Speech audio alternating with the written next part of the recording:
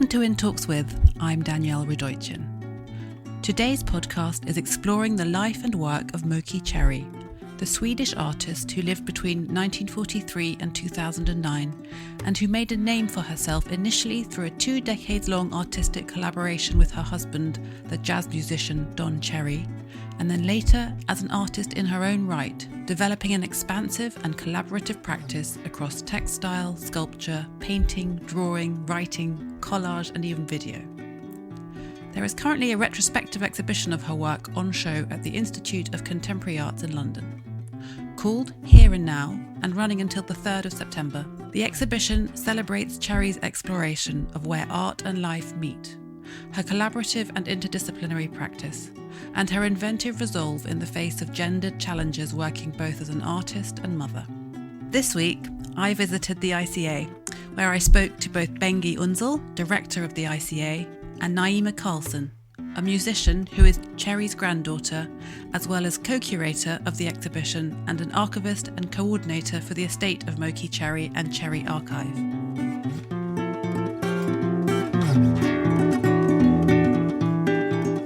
So we are here at the ICA, the Institute of Contemporary Arts in London, where I'm here talking to Bengi Ünsal, who is the director here. Hi, Bengi. Hi, hello.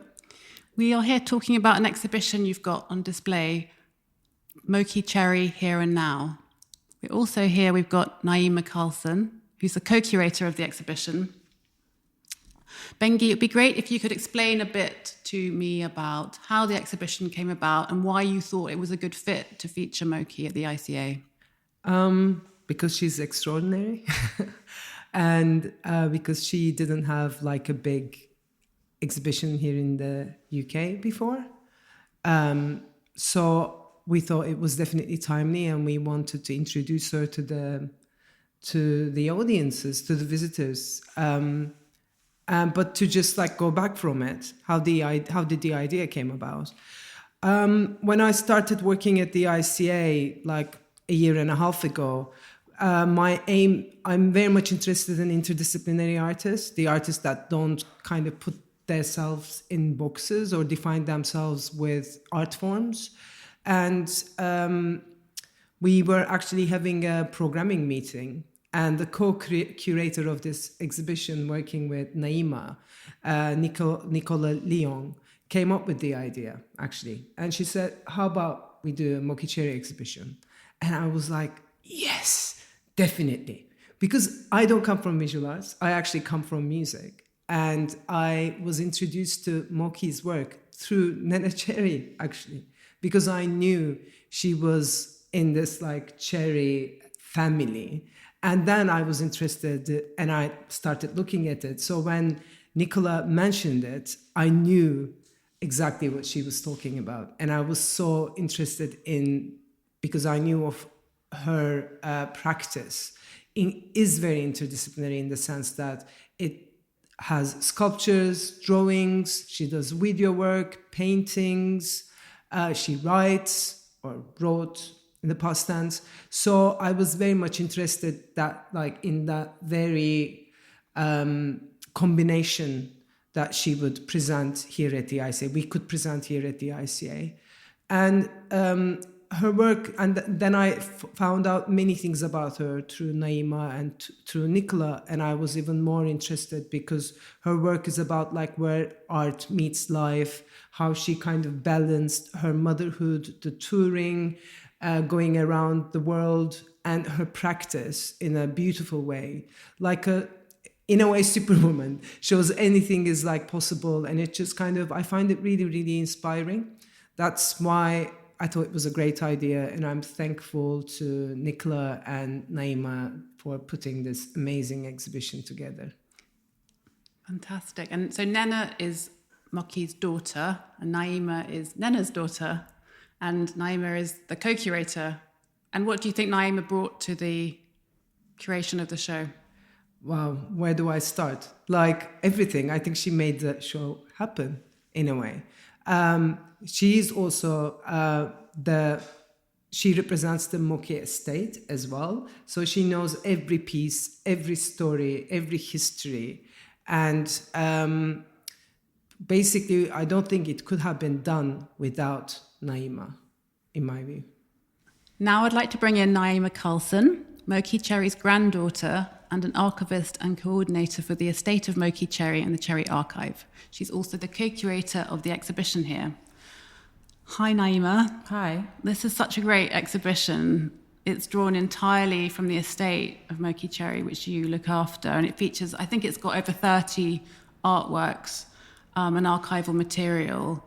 As well, and it includes works that have never been shown in the UK before. So it's obviously a really fantastic opportunity for people to come and experience her work, some of it for the first time. The exhibition celebrates her exploration of this theme of where art and life meet, and it's something that I'd love to sort of unpick a bit with you. And also her resolve in the face of gender challenges, which is obviously something that's really relevant today.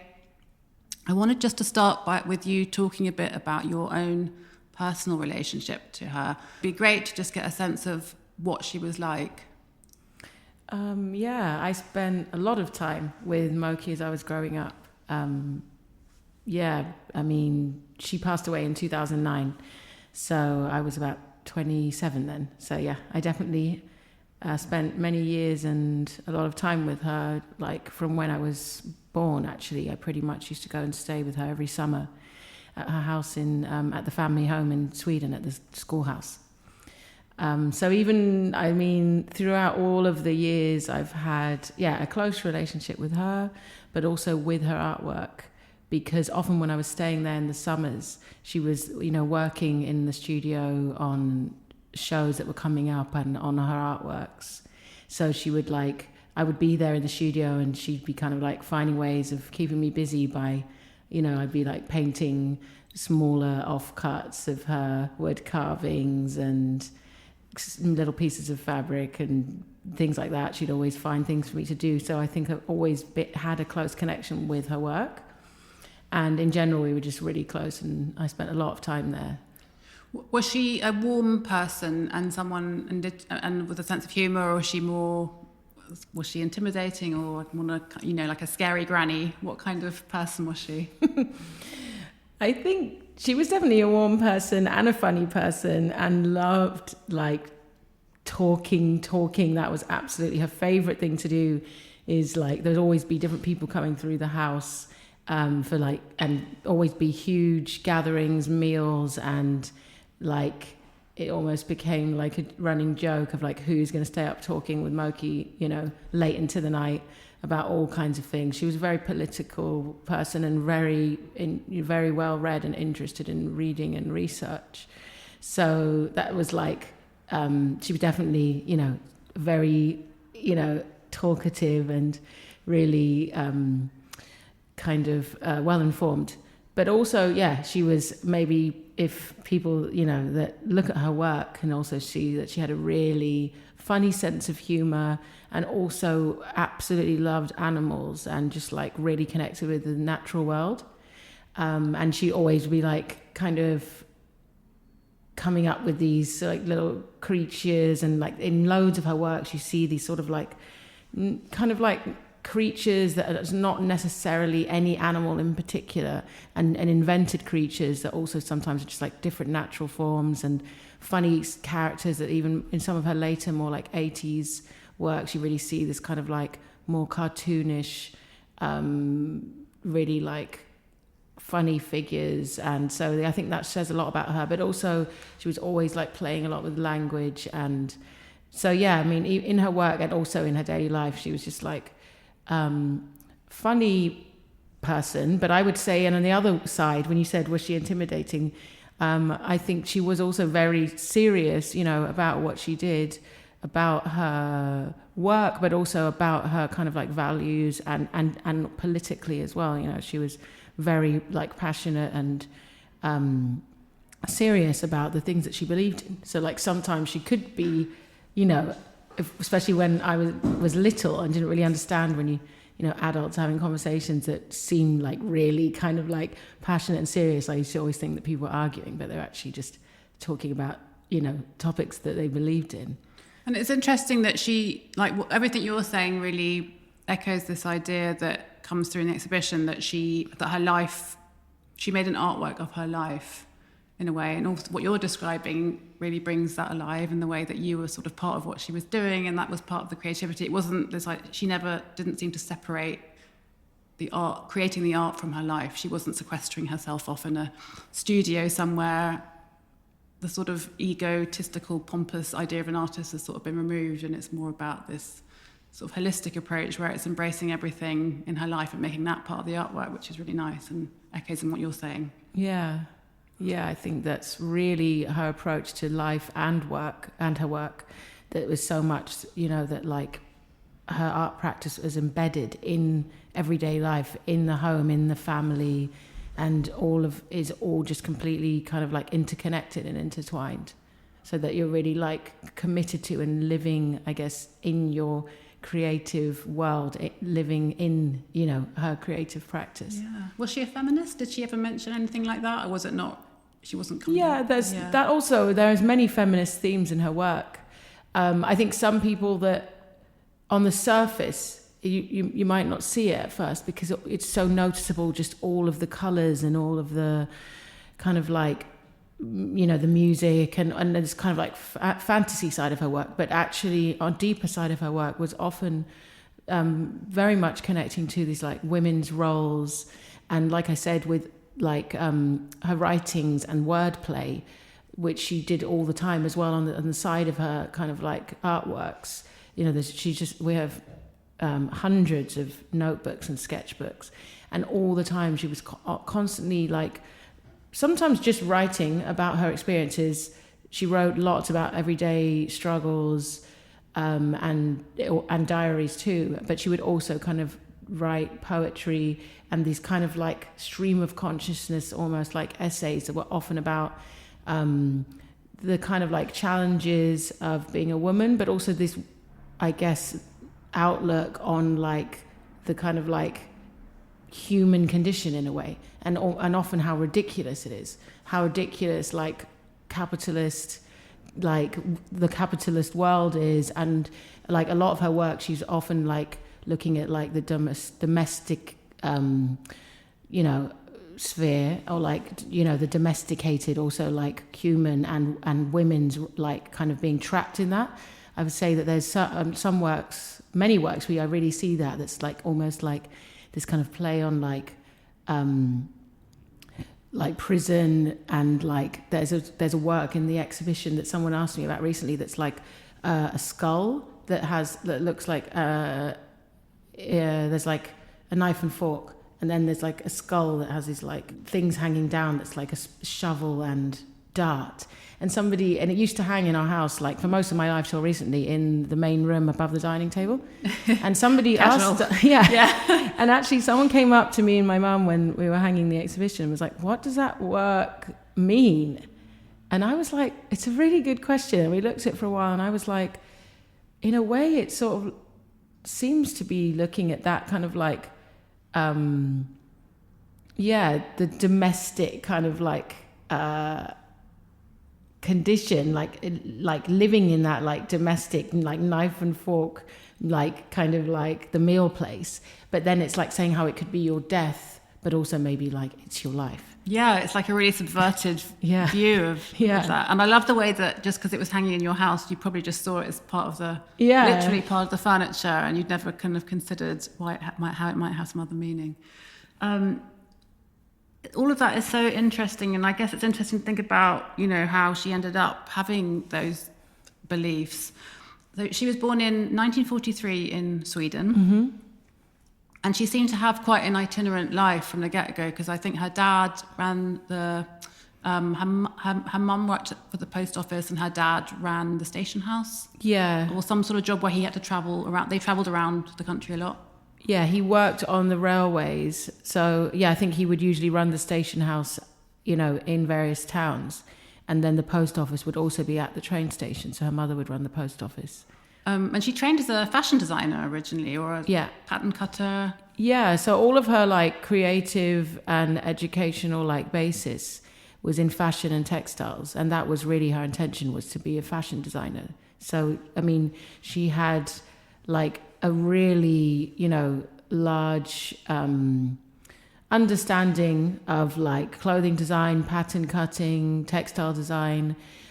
She studied at a pattern cutting school and worked at a fashion house in the south of Sweden when she was like in her late teens. And then she went to Stockholm and then ended up going to Beckman School of Design and studied fashion and textiles for quite a few years there. And so that was her really like intention, was to become a fashion designer. And then for various different reasons, many that, you know, wasn't what she would have chosen or what she wanted, but with the life going in different directions and also having children, and after she met my grandfather Don Cherry, she didn't end up being able to go in taking like the route of becoming a fashion designer, but really ended up using her skills with textiles, you know, to then what ended up becoming working with tapestries that she really started doing because she started making sets for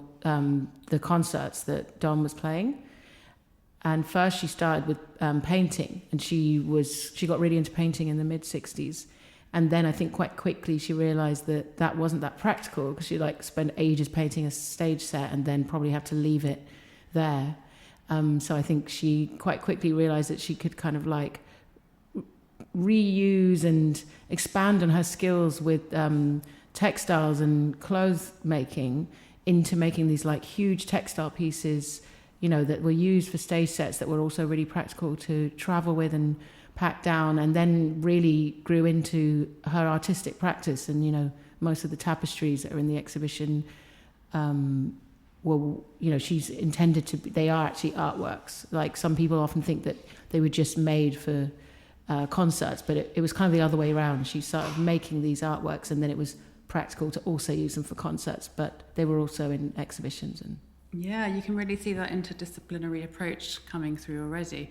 Was she into fashion in terms of how did she present herself? I've seen a few photos of her on the web where she's quite flamboyantly dressed and lots of sort of 70s Scandi looking patterns. Yeah, I think she was very stylish, and close family friends that, you know, known her since when she was studying in Stockholm said that she was like one of the most stylish women in Stockholm. And she would make all these kind of like, you know, 60s mini skirts and these crochet dresses, and always, yeah, very kind of like wildly dressed. Where do you think she got into fashion in the first place? Because I'm just thinking, like, growing up in the 40s and 50s in Stockholm, I mean, it doesn't sound, you know, like, was it going to study pattern cutting that ignited her passion? Did you think she got into it there? Well, she talks about, Moki talks about in her writings, a lot of which I edited for a book that came out a couple of years ago that we did with Blank Forms, about Don and Moki's collaborations. There was a section there of Moki's writings that I edited, and she talks very clearly about her first memories, that she was given a pair of scissors from her mother, that were like a small but very sharp pair of scissors, and she would sit and cut out things from magazines and make collages that would mostly be like, you know, from magazines where they're selling things for houses and stuff like that. So I think she was like talking about how she had this really kind of close relationship with scissors, which says a lot about her work, because also like all of the tapestries is like the way that she works in the textile applique approach is like where you cut the exact shapes like a collage. So really all her work is collage work. So I guess she was like always an artist from when she was small, in one way or another. And like she also talks about how she would be fascinated in going around and seeing the other, like, I guess, craft, like hand workers, in that she talks about some women who used to make gloves, then she would go and watch them making that. So I think it was just like what she was fascinated with. She often said, you know, she didn't really play much with other kids. She was kind of off in her own world, like doing things like that, and spending a lot of time in the forest, apparently collecting snails and things. So I guess she was always living in that creative world. And then I think maybe that was one of the main careers at the time, that you could be really independent and also kind of like she really wanted to like get away from where she was. Like she was like, as soon as she was old enough, she went to Stockholm, and then her dream was to like go to New York and become a fashion designer. But I mean, maybe in that time of the sort of like 50s, 60s, that was one of the main careers that was like common for women to be able to be like quite independent like that. Yeah, that would make sense. I love that idea of scissors. Scissors is a great underestimated artist tool. Yeah. So in Stockholm, she met Amadou Jar, who's the father of Nena, Mm-hmm. and then she started another relationship. Was when she met Don Cherry while he came to Stockholm, I think. He was touring with Sonny Rollins. They actually met earlier, so before Nena was born, but they weren't together in the beginning. They just met when Don came and played a concert on tour with Sonny Rollins in 1963. And Moki used to go to, all of the jazz concerts and was really involved in the music scene as well. So she met Don for the first time then, and they just like got on really well straight away. But yes, then she was in a relationship with my grandfather, Amadou Dia, or my mother's father. But then they didn't end up staying together. And then Don came back quite a lot of times over those next few years, playing with different musicians from the United States. And eventually, they ended up living together, and he stayed in Sweden for longer periods of time. And it was the start of a really extended creative, as well as having a romantic relationship, they had this creative collaboration as well, where she designed his album cover, and like you said, the sets. Can you talk a bit about the nature of their creative collaboration? Yeah, I think that it's interesting to kind of like see how it all naturally developed just out of that kind of like life that they ended up building together, and because of also the circumstances and the struggles of needing to be creative about how they could survive and what they could do. I think that's also a really big part of it that I am becoming more and more aware of. Which is just like how from the struggle and the need to survive and often not having any money, that Moki also came up with ways of how her artwork could be combined with Don's music and take it in new directions. So it was kind of a gradual thing. She finished studying in 1966, and they went straight to New York pretty much straight away after that. And she was like, at the time, determined that then she was going to start working in fashion. And I think that was her first time ever going to America, and realized it wasn't the land of dreams that, describes itself to be. And they had a really hard time really earning any money and finding anywhere to live. And she also realized, the reality of, the difficulties for Black musicians in, New York and in America and everything else. So through that, they did end up putting on some concerts at the time, and Moki first made costumes, and then she made posters and designed basically painted posters. And then they started a collaboration that was first called Movement Incorporated in 1967. That was kind of like in Stockholm was the first event that was very much that sort of like happenings of the time she did live painting, and then people were asked to bring their own instruments, and was really like that multidisciplinary, like combining of like visual art, live art, music, improvisation, etc. So that was really the beginning of their collaborations. And then they also then did it at the Charlottenborg Academy in Copenhagen. And I think that was like the early days of seeing what you could kind of do by combining like sound and visual art together. And then I think, was also the reality, as Moki has written in one of her diary entries, that she realized she was going to have to kind of use her artistic and sewing skills for ways of finding work opportunities for her and Don together, and sort of realizing she wasn't going to be able to work in fashion. And then they had a child in 1968, my uncle Eagle Eye. And so, it was kind of like went in a whole other direction, which then was why they ended up really getting interested in like working with education. So between like 1968 and 1970, they didn't live in anywhere. They were kind of moving around and trying to find a new base. They had to leave Stockholm. They had to leave their apartment. So they were like constantly, you know, many times trying to find a place to live in New York that was like really difficult at the time. And then in 1970, Don was offered a position for 6 months as an artist in residence and music tutor at Dartmouth College, which is in New Hampshire. And so that was the beginning of, like, I would say, the kind of officially really incorporating education into like their work.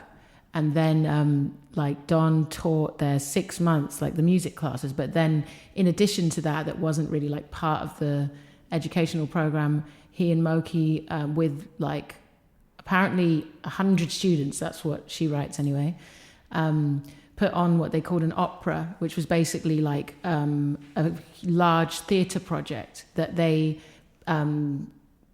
was in the theatre at the college, but basically the students were allowed to come to their house on weekends to make costumes, to work on the music, to make the sets, and then it was like a really big production in the theatre there. But I think it was a really like pivotal moment where they realised like all the potentials of things they could do by combining sort of like the art, music, education.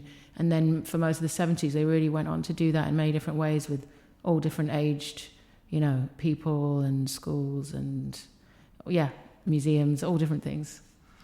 What was it that brought their relationship to an end?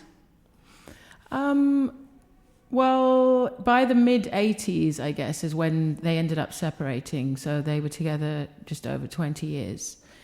I guess, you know, nothing lasts forever and naturally changes. So I think a lot, like most of what I was just talking about, in like the whole decade of the 70s and also the late 60s, they were like really quite intensely working together and did so many things. But then by the end of the 70s, I think Moki also kind of realized that she was, you know, getting often absorbed by, you know, Don's kind of like music, and he was already a well-known musician when she met him. But I mean, the amount of work and kind of like that she put into all of these projects, but still most people didn't really recognize and realize who made all of those album covers, all of those sets and things. So I know that she really got to a point where she just wanted to focus on her own art career and her own exhibitions by the end of the 70s. And then Don went on to kind of have a lot of other groups and bands that was like not connecting to their collaboration. So they sort of like started going in two different directions, like naturally, especially once they kind of were more just based in New York. So Moki was much more involved in just like lots of kind of like underground exhibitions there. She was in some different performance art groups, and then Don was traveling a lot. He had some, you know, the bands he was in then, Old and New Dreams and Cadona, that became really quite popular. So I think they were also just in different places and just like, gradually their relationship came to an end. Her solo profile as an artist really started to grow in the 70s, isn't it? Because she had some solo exhibitions, like she had her first solo exhibition in 1973 at Gallery 1 in Stockholm, and then she had another solo exhibition of her tapestries in Los Angeles in 1979. And she also started experimenting a bit with different media, didn't she? That's when she was bringing in more sculpture. She was working with collage, set design, as you've said. I think in the 90s she even did she worked on a set design for the Apollo Theatre in Harlem. So it's just it's amazing. I love that she had this amazing approach of just almost like give anything a try, to try a hand at anything. Yeah. And see what comes of it, and not being too dogmatic about her approach. And she fitted all of this around raising 2 children, which I just find incredible. I saw a quote by her, which was, "I survived by taking a creative attitude to daily life and chores." I was like, I'm going to start, next time I'm loading the dishwasher, I'm going to say that to myself. Yeah. But how do you see her I mean, what's interesting is how her legacy has grown since her death, and obviously her approach to her art really chimes a lot with what's happening in the culture today. But how do you see her legacy fitting in and what's happening around art today? I think it's so interesting to see, especially in the last few years, how many contemporary artists are using textiles. It's become, I mean, really like a big thing now, you know, and that's, I think Moki would have loved to see that, and it's a shame, you know, that she's not here today, because she was doing this, you know, decades ago, and most of the galleries that she would, you know, show her work to and speak to in New York would just like not take her seriously and think it was just women's craft work, and, you know, were really dismissed her. And she continued, you know, she didn't try to fit into the art trends of, you know, like New York in the 70s and everything. She really continued just to like follow her inspirations, but, you know, she really didn't feel like people really understood or paid that much attention to what she was doing. So it's amazing to see now that so many people are like really interested and inspired by her work. I mean, you know, just like the amount of different people that I've met coming here to the exhibition at the ICA that are just like so excited and amazed. What are the pieces that people have been most connecting with? Well, I always notice that so many people take photos of the Buddha mirror, which is an amazing sculpture that I really love. This is like the first time it's been in an exhibition. So it's got a mirror. You can sort of see the bottom half of yourself if you in it. Yeah. So it's like a Buddha as the top half, and you see your own legs in the bottom half. Yeah, right? It's like a wood carving sculpture that hangs on the wall that is like Buddha sitting down in like meditation kind of position. And then it has light bulbs that are these flame light bulbs in the hands, and also it's lit from the back. And then in the center is a mirror, which I think is like, you know, it's representing these Buddhist kind of philosophies of like emptiness and looking inside. So because the center of his body is a mirror and it's reflecting back at you, there's also like, then nothing there. But I think that I just see that, you know, so many people that tag us on Instagram that take photos. So people seem to really love that sculpture. But I'm really happy because it's the first time it's been exhibited since when Moki made it in the late 90s. And I really was like hoping that we could bring it here, and it was quite difficult because it's really large and fragile. So it's really great that people seem to really love it. Yeah, it's like the perfect piece of artwork for today. It's like at once really profound, but also like perfect for Instagram. Yeah, exactly. And people really love the films too. So many people say how much they love seeing the films, which are more like documentation. They're not necessarily, you know, art, as in it's not an art piece so much as that there's different films like these Super 8 ones and 16mm ones that Moki has filmed herself as a kind of like documentation of the time. And then there's another really great video that's the only documentation we've found so far of her talking about her work, which is actually to a school class in Watts in Los Angeles that her and Don did a workshop there. But she talks, like, it's really interesting to hear her talking about the tapestries and about how she makes them. And she talks about this, you know, thing about scissors. And she's telling them about how she always carries a pair of scissors with her in her bag because if she sees things on the street with materials that she likes and cuts them out. That's so great. And did you spend much time with her before her death? Yeah. In 2009 she passed away. 2009 she passed away. Yes. Well, she would always... So she basically, from the mid-70s until 2009... she lived in the wintertime in New York and in the summertime in Sweden, because like my family basically got a loft in New York in 1977. And then from then onwards, they lived in New York during school times and then came to Sweden when it wasn't like in any school periods. So she would be in Sweden all summer and we would usually go and visit there. So I spent a lot of time with her there and with my son when he was small. And helping her with exhibitions. We actually did an exhibition in 2008. We went to Sardinia to a jazz festival there that was dedicated to Don Cherry that year. And me and Moki put on an exhibition in this old church that was like, I guess the first exhibition that was actually kind of like about their project. So I think it was quite weird for her to like be doing an exhibition about things she'd done decades ago. But I think it was really amazing to have put that exhibition together with her, because it really helped me now going forwards, with understanding, more about the work and about what they were doing. And then I've just been learning more and more about that all the time through the recent exhibitions and book projects and everything. So great, and it's so lovely talking to you about it, and because you've got such a deep, profound understanding of it all. So thank you so much, Naima. It's been really great talking to you for this podcast. Thank you. You've been listening to In Talks with me, Danielle Redoitjen. The sound and theme music is by Woogie Productions, and the artwork is by Patrick Waugh. If you enjoyed this episode, please pass it on to someone who you think might also like it. Please subscribe and leave a review. To pitch for guest ideas, you can DM me via my socials at Danielle Redoitjen. Thanks for listening.